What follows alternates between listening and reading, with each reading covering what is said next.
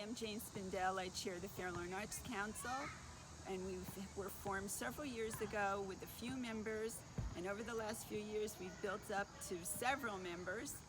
We are a very diverse group. We are working with the public to do all kinds of arts projects, free or at a nominal cost.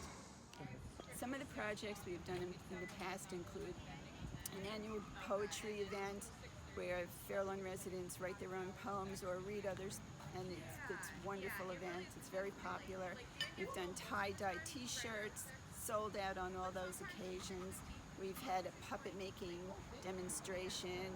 We've had ADA event where the kids made collages. That was very successful.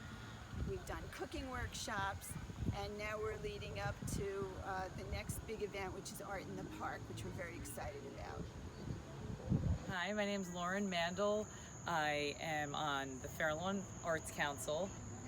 I think about how the whole project started and the Art in the Park, and it really started with this idea of just painting this ugly building that I used to see all the time.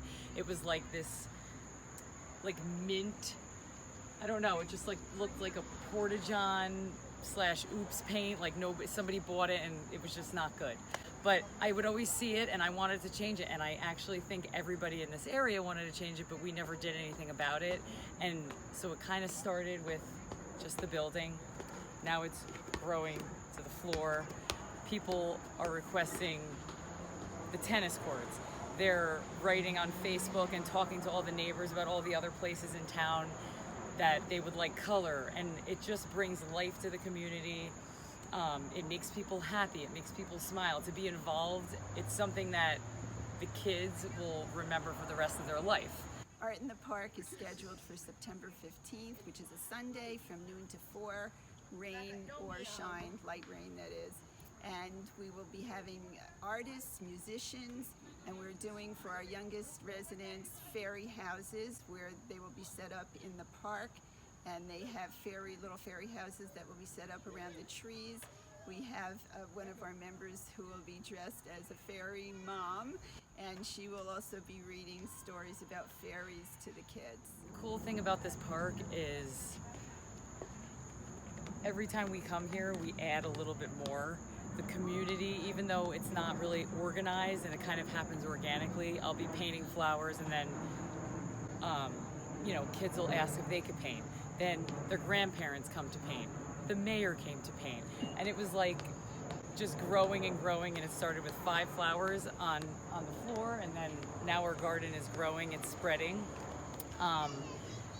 Through the park, we are going to be putting sensory paths and encouraging kids to go into the woods, explore a little bit. A lot of kids stay inside, they're playing video games, and yes, they're playing at the park, but go into nature, look at the trees, and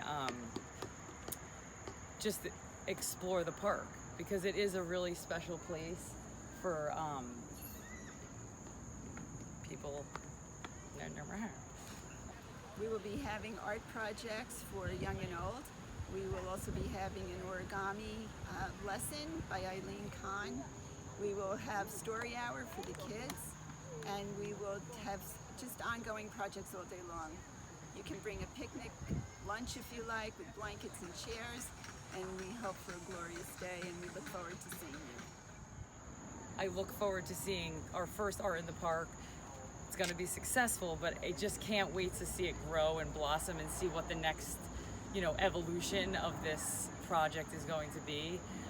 We already have a lot of artists coming. We've got amazing musicians, the fairy houses. We've got a real life fairy out there. So maybe next year it'll get bigger and bigger and more art. So if you have any ideas, send them to the Arts Council, and we'll see you on September 15th.